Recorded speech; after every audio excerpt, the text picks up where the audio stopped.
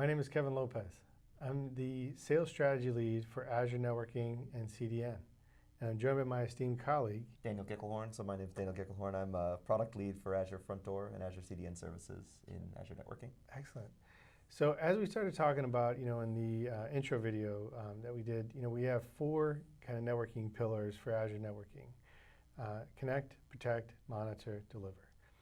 Daniel was kind enough to talk to us initially about some of the Azure Front Door and the deliver portion, and now we're going to talk about the CDN portion. And that again falls under the pillar of deliver. So Daniel, why don't you walk us through some CDN, what customers would think about, and some scenarios. Sounds great, Kevin. So I'm going to talk today about really content delivery networks, how do they work in a little bit, and really how you use them in Azure, because we've sort of built something that's a little unique in the market when it comes to CDN to solve some unique problems for Azure in particular. So if we look at our global network is really built to move content across the globe. The last portion of that, once we've gotten it really to the edge, so like if I think of a user in, say, Poland, they're going to come and reach our network in Warsaw, and that even if the content is located somewhere like U.S. East in Virginia, pulling that content across the globe every time is expensive, and it's not super performant. And so when we think about really what are the core scenarios that we need to think about when we want to really deliver content to end users, it really comes down to how can we cache that content at the edge, very close to end users, and really how do we bring it and solve those last mile problems of once we've gotten it to the edge, how do we get it to that end user most robustly and most performantly. And so by content, what's some sample examples? Yeah, so content could be things like a live video stream, it could be OTT content like watching Netflix, it could be things like updating your car, updating devices like your laptop, anything that's really pushing out a file or something that could be viewed as a file, like a video file or something like that, or something that's live streamed or something that's like a static website. And so the Microsoft network is really, that's 20 years in the making. It's the second largest globally. And it's really kind of built for that enterprise or business grade type of discussion. Exactly. All right. So when we think about application delivery, we really kind of have this broken down into two pieces. We have Azure Front Door, which is really about delivering dynamic services, and Azure CDN, which is really about delivering those static services. So in this talk, we're going to really I'm going to focus really around Azure CDN and really how we deliver those sort of static scenarios, as we've mentioned, sort of video, static files, and really how you apply those, who really needs them. But really, content delivery comes down to how do we get as close as possible to the end user, and really the value of using something like a CDN on top of something, say, like raw storage, is really about maximizing performance. About how do you get actually better throughput to the end user. So if you're streaming videos, then playback speeds are really critical. But it also comes down to if you're updating something like an IoT device, the speed of which, the length of time in which that IoT device has to be active to be able to pull the update burns power, and they're usually super low power devices. So that takes some time. The other side is really when it comes to service scale out. So if you're building a website, you can build large infrastructure to be able to handle high request rates down at the your origin. But if it's cacheable, or if part of it is cacheable, then you can push that to a CDN. The CDN can just replay that over and over and over and over again, and you get a huge performance boost from it, and you can scale out, say, like 100 times the amount of scale at much lower cost, because now you're just paying network charges. You're not paying for spinning your compute and things like that. So, and the last one really comes down to reducing content cost, like both in terms of scale out, but in general when it comes to really large workloads. CDN is something that has, let's say, a very aggressive network type cost structure. So it's a per gigabyte delivered structure.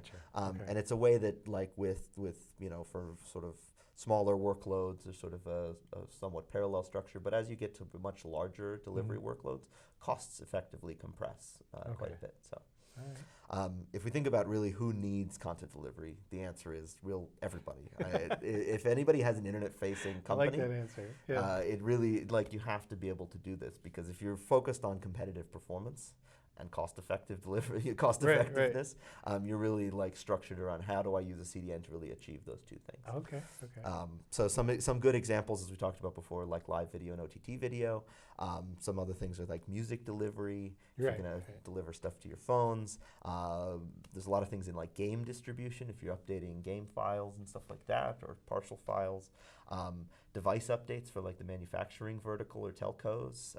Things like static API caching. So if you have something where you're returning the same thing, like telling your giant fleet of IoT devices what to do every day, you don't have to repeat that every time. You can put it in the CDN and have it cache, or even if it's for a short amount of time. You can also do it for video upload acceleration. So if you want to push content into the cloud, you can use a CDN to really accelerate that content into the cloud. Sort of has the same benefit because you're only pushing it sort of that difficult path through the last mile, and then you get the benefit of the CDNs now focused on pushing it into your cluster, and can be more aggressive with that. So that's pretty cool. But it really extends from there really down to things as simple as static websites, like I'm building a mom and pop shop sort of like application, and I just want to have it online, or a WordPress site or things like that. So you can really use it in front of anything that you think of can cache or can be repeated more than once. So from a onboarding, it's very similar, as we talked about with Front Door as well. It's very simple onboarding. It can be added in a couple of minutes. Deployment times are a couple of minutes. Really? And you can put it in front of storage, and most customers can really do that in about 10 minutes. And really see the benefit of doing that. Right now, our Azure CDN product covers most of the standard features. We get that question a lot about, like, how do I get feature X, Y, and Z? We're constantly adding more things, but we cover sort of the baseline to be able to deliver most content. Most folks see a performance boost right out the gate. Some of it comes down to how many times you request the content. The first time is slow, and then it speeds up. But really, most folks see a performance boost right away.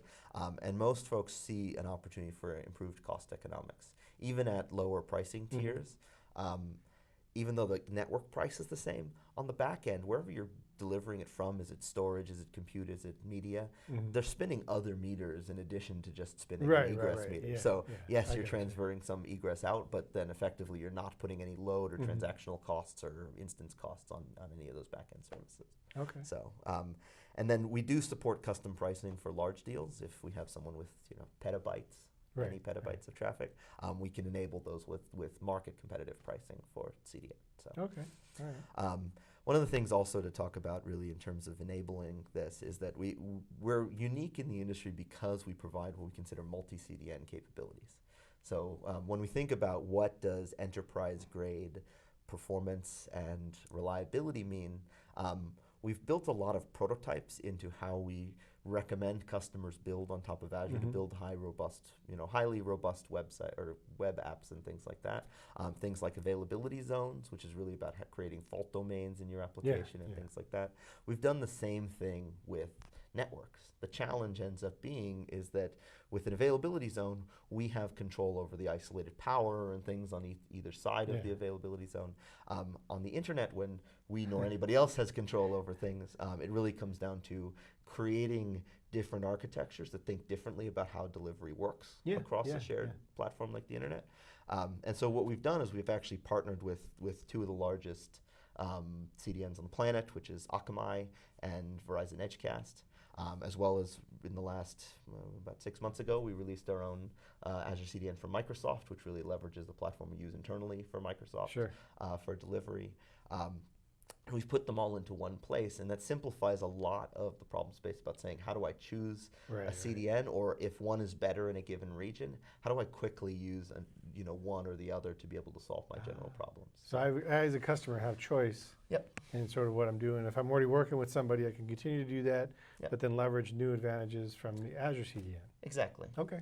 And because networks, including our own, is more or less various levels of maturity or expansion in a given region, our partners and ourselves have different areas of coverage. And so it allows customers to really choose how to do that.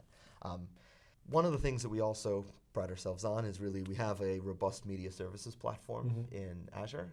One of the things that CDN is intricately tied into is into that platform. So when you go to media services, you can provision CDN right from there, simplified and easy, so you can do things like spinning it up and down on demand with your entire workflow, which is very unique, instead of having like CDN just sitting there idling while you're not doing anything. It also has the benefit of, if you're delivering content from media services CDN, there's no egress on the back end.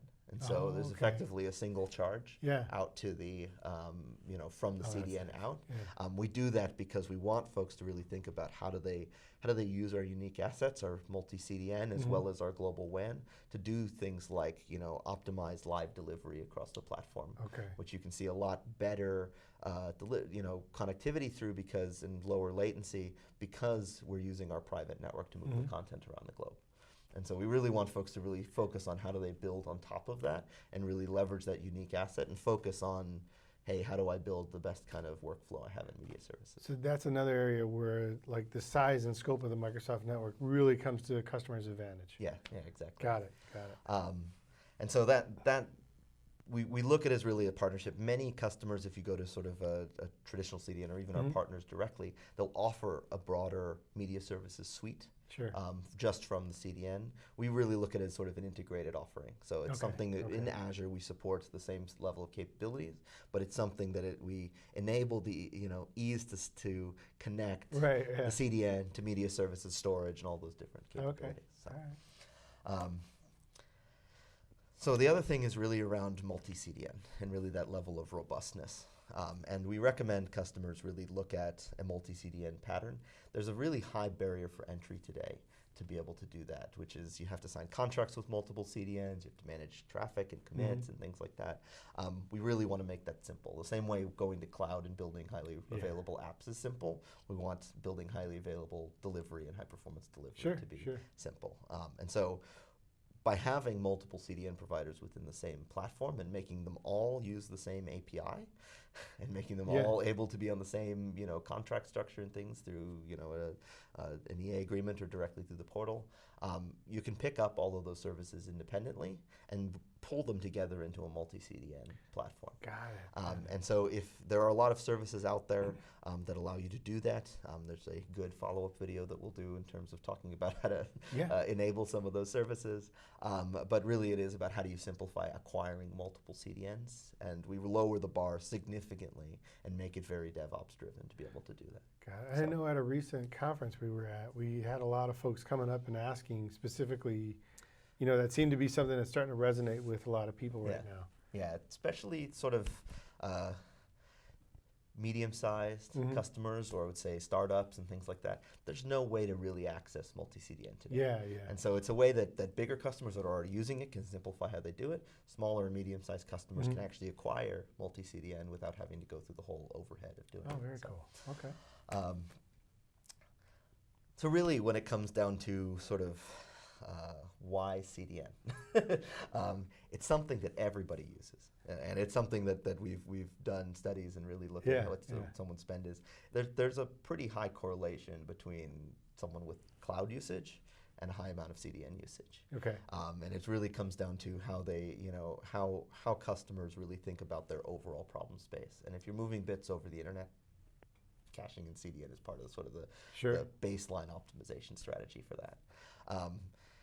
It's really easy to onboard, which is super unique. I mean, you can go to a couple free services online and not have an SLA, but it's easy to onboard now something with a robust SLA and multiple high-grade, high-value networks like our own Verizon and Akamai. We really focus on being DevOps driven across the board, and so simplifying that whole sort of how do I make my CDN not this like thing that's an island out at a distance, but really how is it part of my application? How is it part of my content delivery or media delivery story? And really it allows us to take that through things like how do we extend multi-CDN to a broader audience, and how do we really sort of start to tell those same stories as we have with building an app on Azure in the sort of network delivery space. So, but that's really it. I mean, I recommend everybody go try it. It's again very simple to set up and use. There's a very, very direct and simple setup for it, and really you can attach it. If you go to storage or media services, it's actually integrated into the blades there, so you can just configure it with the rest of your storage cluster, your table storage, your media services workflow, and things like that. So, okay.